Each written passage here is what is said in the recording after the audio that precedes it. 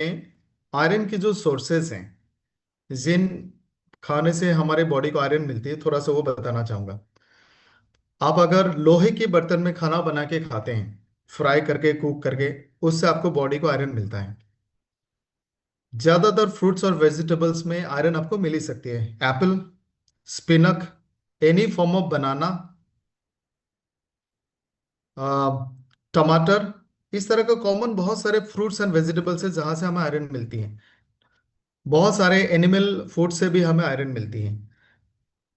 Iron वाला खाना हम सबके आसपास में बहुत होता है, और एक बहुत ही कॉमन सोर्स है ड्रमस्टिक, सहजन हम बोलते हैं उसको। यानी आयरन वाला फूड हमारे आसपास में अवेलेबल है, और बहुत सारे लोग इसको लेते भी हैं। इम्प्रॉपर क्वांटिटी में लेते हैं, या फिर इसका इंटरेक्शन होती है। एक स्टडी में कहा गया है, अगर आपने आयरन फूड लेने के बाद तुरंत चाय पिया, कैफीन, तो आयरन की एब्जॉर्प्शन थोड़ा सा स्लो होती है। या फिर आयरन को फूड सोर्सेज से लेकर, कुकिंग से लेकर पेट तक पहुंचाते पहुंचाते भी इसका डाइटरी वैल्यू कभी कभी कम हो जाती है। सो आयरन भले हमारे आसपास में अवेलेबल हो, लेकिन अलग अलग कारणों से ये हमारे बॉडी तक सही मात्रा में नहीं पहुंचती। और ये जो शॉर्टेज है, इट्स ह्यूज। 50% फीमेल्स को आयरन डिफिशियंसी एनीमिया है। ऑलमोस्ट 80% चिल्ड्रन जो 4 साल की उम्र तक हैं, उनको सीवियर आयरन डिफिशियंसी एनीमिया है। बहुत सारे pregnancy related complications and mortality, pregnancy related death, उसके कारण भी आयरन डेफिशिएंसी हो सकता है या फिर है।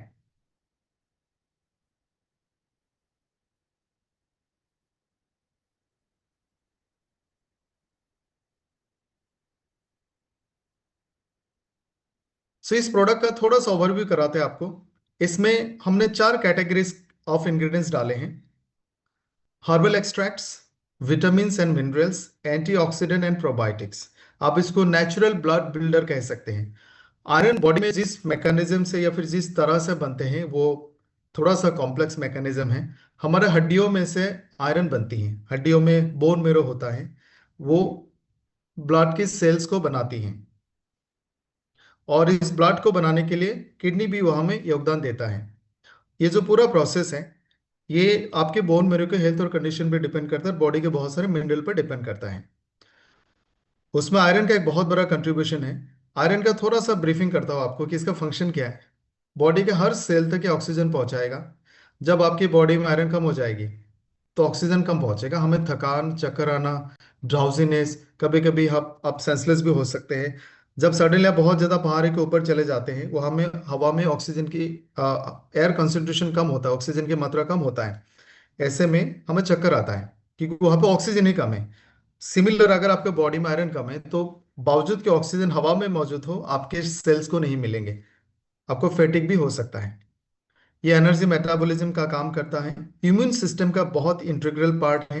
कॉग्निटिव डेवलपमेंट, ब्रेन के जितने भी बिहेवियरल रिस्पॉन्डिंग फंक्शंस है, ग्रोथ, डेवलपमेंट, रिएक्ट करना, ये सारे फंक्शंस में मदद करती है। सेलुलर प्रोसेस, डीएनए को रेप्लिकेट करना, उसके रिपेयर करना, ग्रोथ एंड डेवलपमेंट। आप देखोगे प्रेगनेंसी के दौरान और चिल्ड्रन को, बच्चों की जो ग्रोथ फेज होती है, उस दौरान आयरन फूड ज़्यादा से ज़्यादा देने की सलाह दी जाती है। This is folic acid. Folic acid उतना ही इंपॉर्टेंट है जितना आयरन इंपॉर्टेंट है।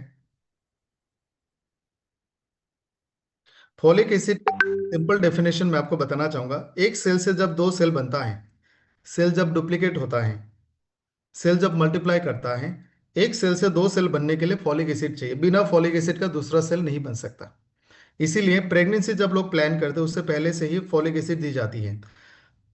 जो पेट का जो फिटस है, जो बच्चा है, उसको बड़ा होने के लिए, डेवलप होने के लिए folic acid is an integral nutrition, इसके बिना हो ही नहीं सकता। रेड ब्लड सेल बनने के लिए फॉलिक एसिड चाहिए।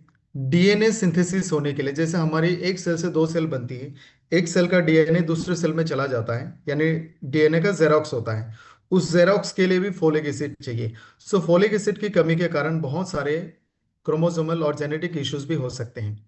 हार्ट को हेल्दी मेंटेन करने के लिए, और थोड़ी देर पहले हमने होमोसिस्टेइन की बात की थी, इनको बैलेंस करने के लिए भी फॉलिक एसिड की जरूरत होती है, कॉग्निटिव फंक्शन के लिए। हेमो14 में हमने ग्रुप्स में इंग्रेडिएंट्स डाले हैं, उसके बेनिफिट्स एक बार समझते हैं। आयरन फेरस बिसग्लाइसिनेट के फॉर्म में डाला गया है। जनरली आयरन हमारे सप्लीमेंट में फेरक या फेरिस सल्फेट के फॉर्म में आपको मिलता है, फेरस सल्फेट या फेरिक सल्फाइड इस तरह के फॉर्म में मिलती है। लेकिन हमने इसको अलग फॉर्म में डाला है, फेरस बिसग्लाइसिनेट। इसमें क्वार्टरफोलिक जो ट्रेडमार्क है, रजिस्टर्ड है और ये पेटेंटेड है, वो डाला गया है। Vitamin B12, vitamin C and zinc, ये आरबीसी की प्रोडक्शन और आयरन के एब्जॉर्प्शन को बढ़ाती है। Magnesium, vitamin B12, beetroot, moringa, पालक और क्वार्टरफोलिक, ये इरेथ्रोपोइटिन एक ऐसा हमारे किडनी से एक हार्मोन रिलीज होती है, इरेथ्रोपोइटिन, और ये बोन मेरो तक पहुंचेगा। जब ये बोन मेरो में पहुंचेगा तो बोन मेरो आपके लिए ब्लड के सेल्स बनाएंगे। बिना इसका बोन मेरो आपके लिए ब्लड नहीं बना सकता। इसीलिए आप देखोगे जिनकी किडनी का कंडीशन खराब है उनका हेमोग्लोबिन डाउन होता है। तो ये सिर्फ रेडीमेड आयरन हमने नहीं दिया, बल्कि ब्लड सेल को प्रोडक्शन करने के लिए जो हार्मोन चाहिए वो भी हमने इस प्रोडक्ट में डाला है। सो आपकी बोथ वे डबल तरीके से आपकी ब्लड प्रोडक्शन को बढ़ाती है। Vitamin B3, B6, B12, zinc and magnesium energy production, Vitality, neurological health को मेंटेन करती है। ट्रांस रेस्वेराट्रॉल, बीटरूट, मोरिंगा, स्पिनक, अभी हमने थोड़ी देर पहले बात किया। बीटरूट, मोरिंगा और स्पिनक, इन ये तीनों को आप कह सकते हो very rich in nutrition. Moringa में जो न्यूट्रिशन का वैल्यू है कंपैरेटिवली दूध के मुकाबले 10-15 गुना ज्यादा कैल्शियम है, पालक के मुकाबले कई गुना ज्यादा इसमें आयरन है, केले के मुकाबले इसमें कई गुना ज्यादा पोटेशियम है। तो इसमें न्यूट्रिशन बहुत रिच है। सो ये तीनों आपको बहुत ज्यादा न्यूट्रिशन देती हैं। साथ में pomegranate, vitamin C and zinc, so nutrition, immunity, antioxidant, anti ageing. Scientific studies और एविडेंसेस कहती हैं जो पहला इंग्रेडिएंट क्वार्टरफोलिक ट्रेडमार्क्ड है, पेटेंटेड है, इसके बारे में थोड़ा सा आपको बताऊंगा। जो भी न्यूट्रिशन हम लेते हैं, जो भी खाना हम खाते हैं, कोई भी चीज़ हम खाते हैं, कोई भी दवाई भी हम लेते हैं, उसमें दो तरह का चीज़ें आती हैं। एक, वो खाने से माध्यम से हमारे इंटेस्टाइन से एब्जॉर्ब होगा, ब्लड में जाएगा, तुरंत बॉडी उसको यूटिलाइज करेगी जहाँ पे भी उसको यूज होना है। कुछ चीजें ऐसी होती हैं वो लिवर की थ्रू से गुजरेगा और लिवर उसको थोड़ा सा ट्रांसफॉर्म करेगा, उसको थोड़ा सा बदल देगा, और वो बदलने के बाद ही यूज हो सकता है। बहुत सारे मेडिसिन भी ऐसे हैं, बहुत सारे फूड भी ऐसे हैं। जब वो इस्तेमाल होता है उसके बाद वो दोबारा बहुत सारी चीज लिवर में वापस आती हैं, बदलने के बाद फिर लिवर इसको बॉडी से बाहर करती है एज इट इज, या फिर उसको बदल के बाहर निकालती है। यानी लिवर हमेशा चीजों को तोड़ना जोड़ने की काम करके हमारे लिए यूटिलाइज कराती है और बॉडी से बाहर निकालती है। जब भी हम आयरन की सप्लीमेंट लेते हैं वो स्टेप बाय स्टेप 4 स्टेप में बदलते बदलते बदलते फाइनली जाके 5-MTHF टेट्राहाइड्रोफोलेट में बदल जाती है। ये चौथा स्टेप है। अगर किसी का लिवर कमजोर है, लिवर का फंक्शन सही नहीं है, हेपाटोमेगली है या फिर लिवर में कोई इन्फेक्शन है, तो लिवर इस आयरन को चौथे स्टेप में बदल नहीं सकता। तो आप कितना भी आप आयरन की सप्लीमेंट लें, आपके बॉडी में यूज नहीं होगा, बल्कि वो आयरन टॉक्सिसिटी कर सकता है। क्वार्टरफोलिक ये फाइनल रिड्यूस्ड फॉर्म है जो बॉडी में रेडी टू यूज है। यानी हमने वो फॉर्म आपको दिया है जो आपके बॉडी में तुरंत एब्जॉर्ब हो जाएंगी। और किसी का लिवर अगर कमजोर है, फंक्शन नहीं कर रहा है, उनके बॉडी में भी क्वार्टरफोलिक एब्जॉर्ब हो जाएंगे। और इसी को बायो अवेलेबिलिटी कहते हैं। आपने कोई भी न्यूट्रिशन जितना मात्रा में लिया होगा उसका कितना परसेंटेज ब्लड में अवेलेबल है फॉर यूज, उसी को बायो अवेलेबिलिटी कहते हैं। सो क्वार्टरफोलिक आप कह सकते हो कि 100% बायो अवेलेबल है, क्योंकि इसको ट्रांसफॉर्म होने की जरूरत नहीं है। इसका एब्जॉर्प्शन बेटर है, क्लिनिकली प्रूवन है। और आपके बॉडी में दूसरे फूड सोर्सेज से भी जो आयरन आए होंगे, जो मेटाबोलाइज नहीं हुआ होगा, उसको भी ये मेटाबोलाइज कर देंगे या फिर रिड्यूस कर देंगे। स्टडीज कहते हैं कि क्वार्टरफोलिक फास्टर एंड मोर स्टेबल देखा गया है, जिससे आपके बॉडी में फोलेट की मात्रा, कि आप कोई भी फोलिक एसिड का फॉर्म लो, वो फाइनली बॉडी में जाके टेट्राहाइड्रोफोलेट बनना है एंड प्रोडक्ट। क्वार्टरफोलिक से प्रोडक्ट जो है फोलेट, उसकी मात्रा ब्लड में बहुत ज्यादा बढ़ता हुआ देखा गया है। राइट साइड में एक फोटो देख सकते हैं आप, जिसमें आयरन के रिडक्शन के चार्ट लगाई गई हैं। फोलिक एसिड नॉर्मली हम फोलिक एसिड लेते हैं, आपको 10-15 रुपए की टैबलेट में आते हैं, छोटा सा 4 mg का। वो बॉडी में जाने के बाद लिवर उसको पहले तो डाइहाइड्रोफोलेट बनाएगा, फिर टेट्राहाइड्रोफोलेट बनाएगा, फिर 5-10 मिथाइलिन टेट्राहाइड्रोफोलेट बनाएगा, फिर जाके 5 मिथाइलिन फोलेट बनेगा। ये अलग अलग स्टेप में जो रिड्यूस होती है, इसके लिए अलग अलग विटामिन चाहिए, मिनरल चाहिए, एंजाइम चाहिए, कोफैक्टर चाहिए। तो किसी के बॉडी में अगर कोई एक पर्टिकुलर विटामिन मिनरल की डेफिशिएंसी होगी तो मिथाइल फोलेट नहीं बनेगा। Quatrefolic is ready to use 5 methyl folate, यानी ये जो बाकी स्टेप्स हैं हमने इसको बाईपास कर दिया। हमने आयरन को फेरस बिसग्लाइसिनेट के फॉर्म पे डाला है, जो 2 से 4 गुना ज्यादा बायोअवेलेबल होता है, और ये गैस्ट्रोइंटेस्टाइन को ज्यादा डिस्कम्फर्ट नहीं देता। बहुत बार लोग आयरन के सप्लीमेंट से बोलते हैं पेट में दर्द होता है, डिस्कम्फर्ट होता है, फेरस बिस्ग्लैनिट से वो डिस्कम्फर्ट कम हो जाती है। फेरस बिस्ग्लैनिट बिसग्लाइसिनेट के कारण आपकी हेमोग्लोबिन की जो प्रोडक्शन वो भी बहुत ज्यादा एफिशिएंट होता है।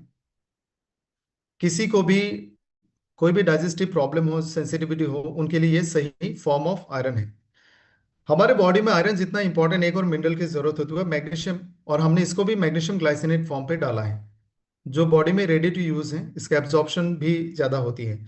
मैग्नीशियम को जनरली जिस भी फॉर्म में हम लेते हैं वो थोड़ा बहुत लेग्जेटिव इफेक्ट देती है, जैसे एंटासिड में भी होता है। उससे आपकी थोड़ा बहुत स्टूल ज़्यादा हो सकता है, लूज लूज मोशन तो नहीं बोलूँगा, नंबर ऑफ फ्रीक्वेंसी बढ़ जाता है, but this is a very safe form, जिससे आपकी कोई भी गैस्ट्रिक डिस्कम्फर्ट नहीं होगा। और मैग्नीशियम कमी के कारण जो भी सिम्टम्स होते हैं वो भी दूर हो जाएंगे, जैसे फैटिक, क्रैम्प्स, स्ट्रेस एक्सेट्रा। सारी स्टडीज कहती हैं कि जिस भी फॉर्म ऑफ मॉलिक्यूल हमने डाला है, जैसे मैग्नीशियम डाइग्लिसराइड हो, इससे मैग्नीशियम की मात्रा बॉडी में तुरंत बढ़ जाती है। एडल्ट्स में हो, चिल्ड्रन में हो, इसका बेनिफिट, इसका बायोअवेलेबिलिटी ज्यादा देखा गया है। एक एग्जांपल दूंगा।